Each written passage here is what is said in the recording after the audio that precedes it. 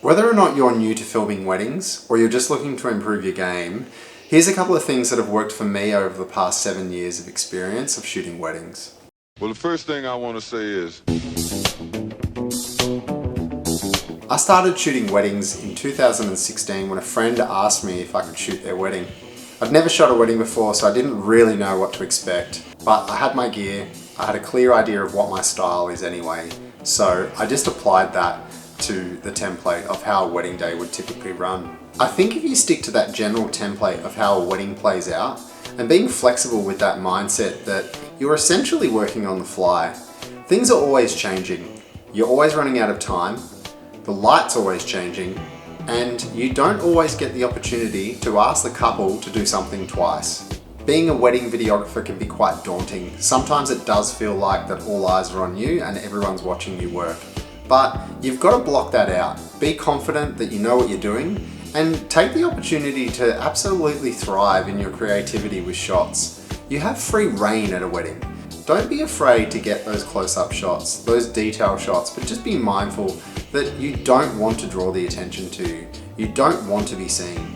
You want that fly on the wall ninja approach. I'm a very run and gun wedding videographer. I do not use a tripod. I occasionally use a gimbal.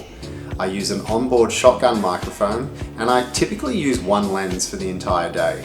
I use this to my advantage because then I'm not having to rig the couple up when recording their speeches. I can capture it all with the onboard shotgun microphone. I think it's a lot less intrusive that way. I don't particularly like the look of seeing a lavalier microphone attached to the couple, and when it comes to editing, I'm not someone that uses that audio over the top of the music track. I prefer a more music video clip style approach. Stylistically, that's completely up to you. You can be as creative as you want with it. You can edit to tell the story how you want to tell it.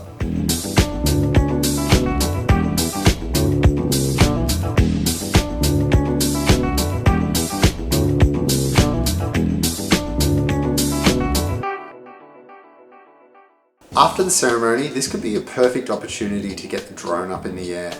You're very limited with time using a drone at a wedding.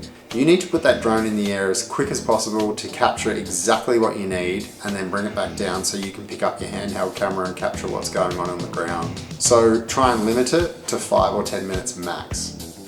You can capture some really beautiful moments when it comes to getting a really nice sunset.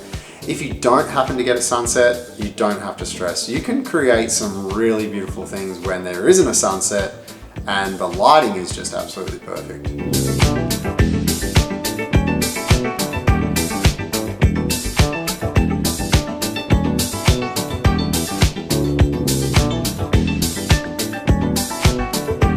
Every wedding you do is like work experience. You only get better and better and better at knowing and reading the room.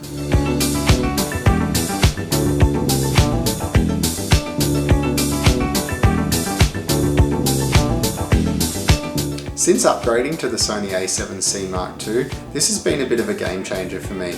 Using that crop mode has been an absolute time saver because previously when I had APS-C bodies, I was having to change the 35mm to the 55mm and back and forth. Now that I'm on full frame, I'm now using a 55 and bouncing into an 85. This for me is the dream setup. I feel like I've got 2 lenses for the price of 1, and it works really, really well. I hope this has helped you, and let me know, what are your biggest challenges when it comes to filming a wedding?